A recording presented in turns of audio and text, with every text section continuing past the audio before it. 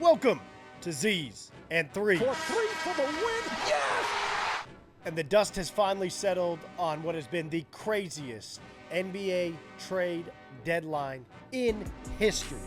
And I'm here to recap it all for you. Apologies you haven't been getting your daily recaps. What a night of games it was on Wednesday night. We saw a game winner from Darius Garland, saw a 50 ball from SGA, 49 from Anthony Edwards. There were some really good games. It was great to be able to focus on the actual action on the court because I'm convinced in watching the trade deadline dialogue that NBA fans now are more wrapped up in potential and what could be rather than the process of what is. But nonetheless, I have found a creative way to give you how everything played out across the NBA trade deadline. So let's get to it. Before we do, if you like the show, please do like, subscribe, share with a friend.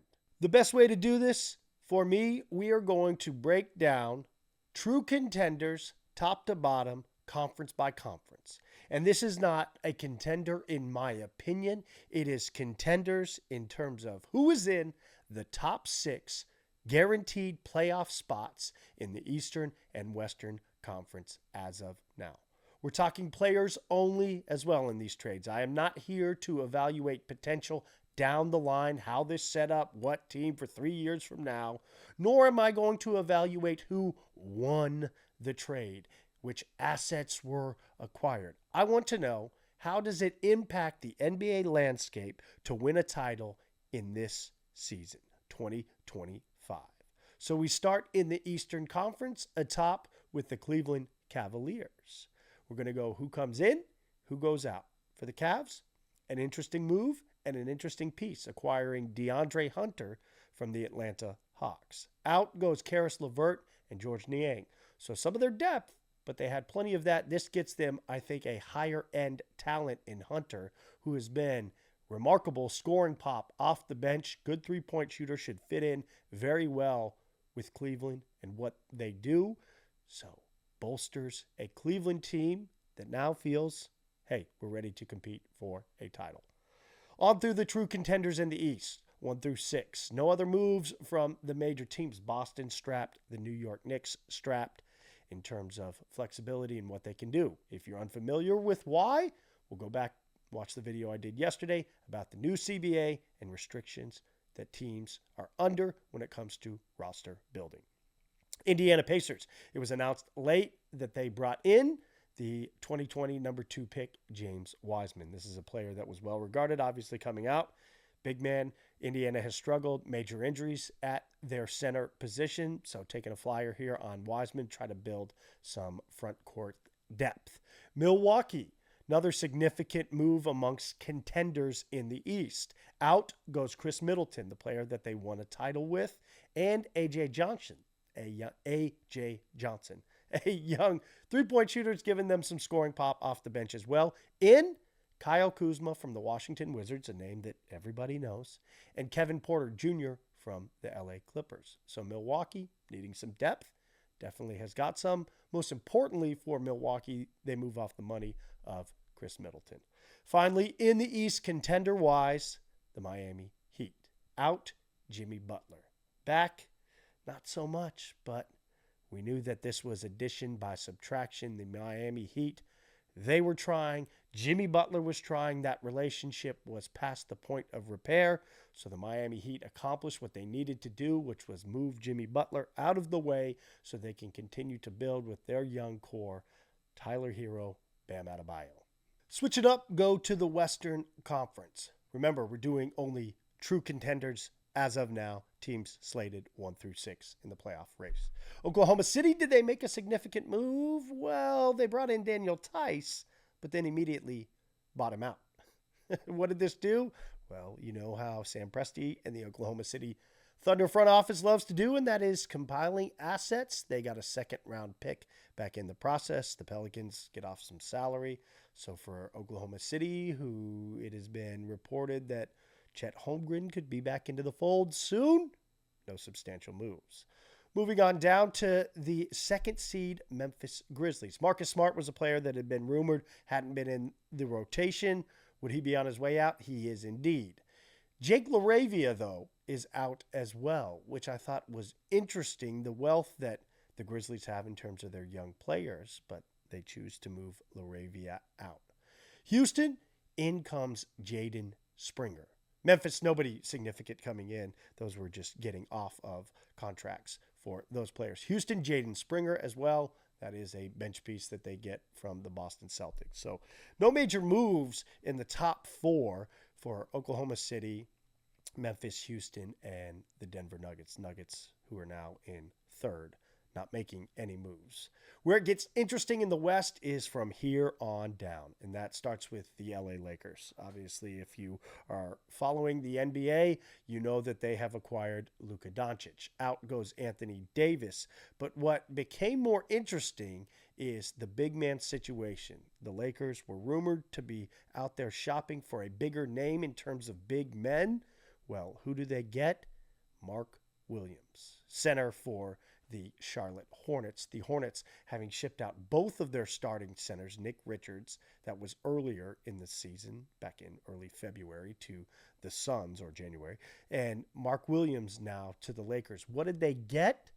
Well, Dalton Knecht, Cam Reddish, and a couple of picks.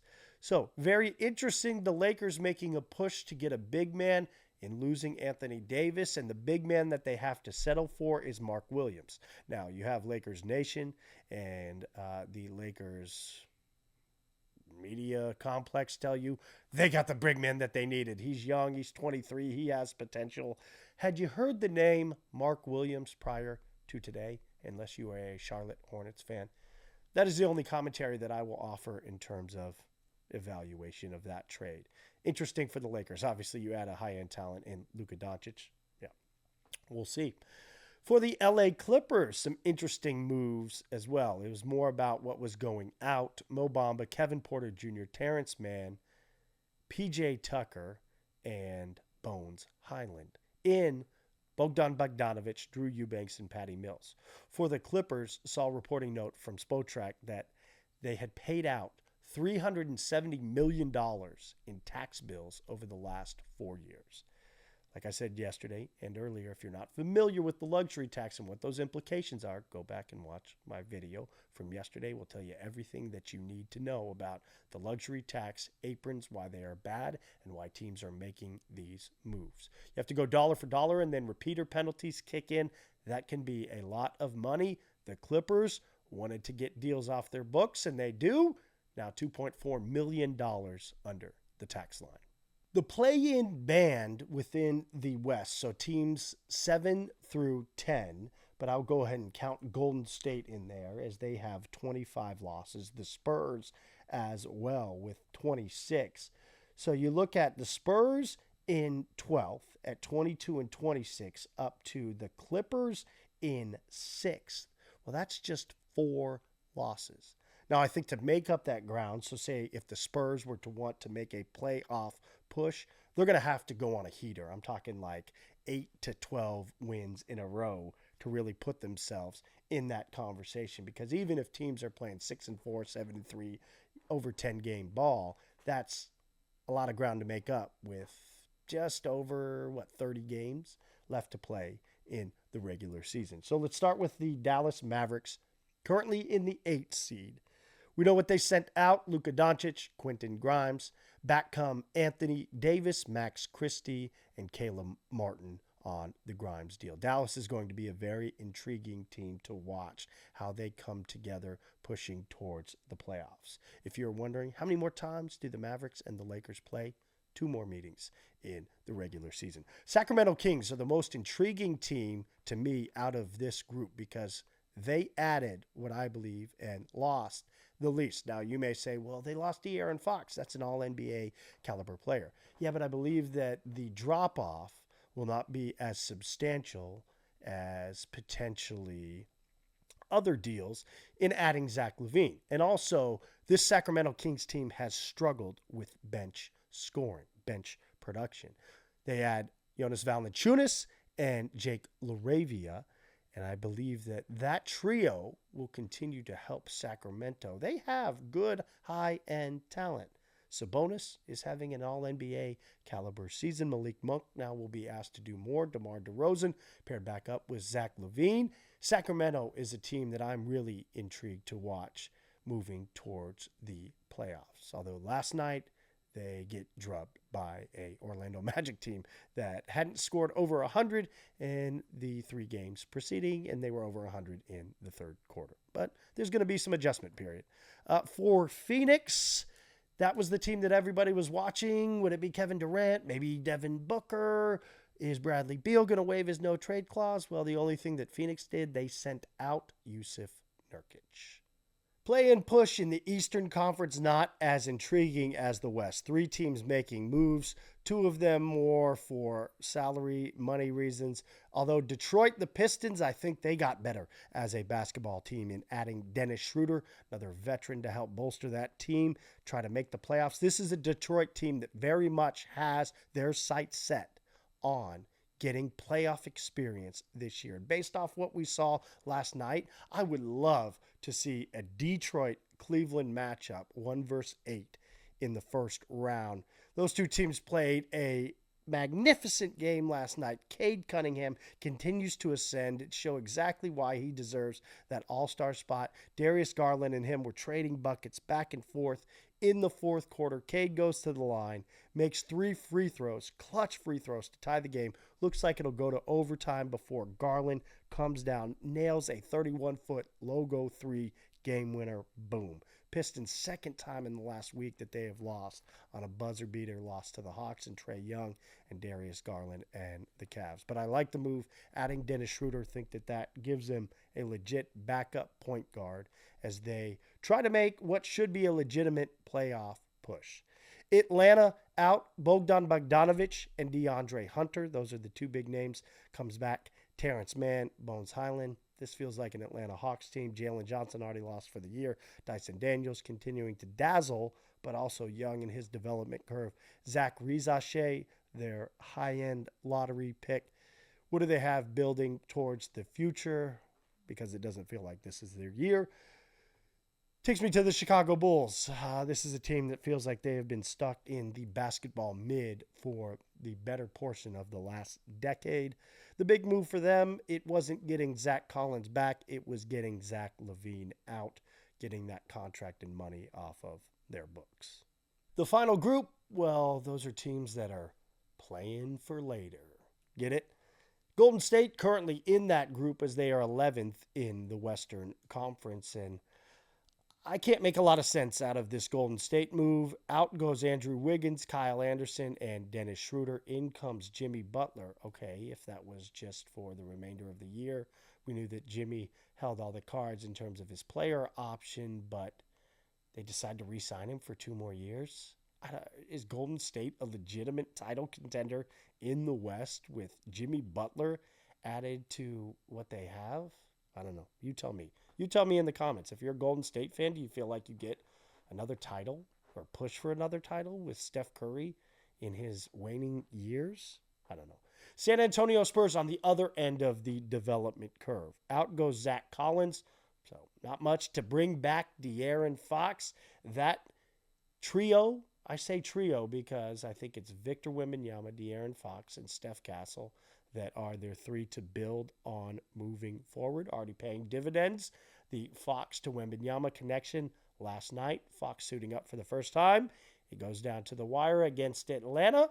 Victor Wembanyama wins it at the free throw line, but this Spurs team really feels like they are gearing up, not necessarily for this year, but 2-3 years down the line to be a force within the league and the West. The Toronto Raptors, puzzling move as well. Bruce Brown goes out. Kelly Olynyk as well. In comes back Brandon Ingram. I don't know. I followed a lot of the Raptors this year. I felt like they were besieged by bad injury luck, but it felt like a season of growth. I like their head coach and Darko Rajakovic, but I don't know about the Brandon Ingram move. Interesting. And for the New Orleans Pelicans, well, out Brandon Ingram, out Daniel Tice. None of the other names in terms of C.J. McCollum, Zion Williamson, out, but New Orleans trying to get off that heavy salary bill that they have. So those all of the moves made within the play-in for later band of teams. What a 4 days it has been, going back to late Saturday night, early Sunday morning, when news of the Luka Doncic, Anthony Davis earth-shattering trade began. This whole cascade of what was, in my opinion, the most active NBA trade deadline in history. But you know what the best part is? It's over. Because now we can actually watch the game of basketball. We know which players will be on which teams, and they can now gear up for what should be a continuing epic playoff push and playoff season to crown what I think is a wide open race for this year's NBA champion. We will be back to our regular shows, daily recaps, score stories, news, and notes here on Z's and Threes, recapping tonight, Thursday night's games. There are 6 of them, so come back Friday for that. If you like the show, please do like, subscribe, share with a friend. We will see you back here tomorrow. Peace.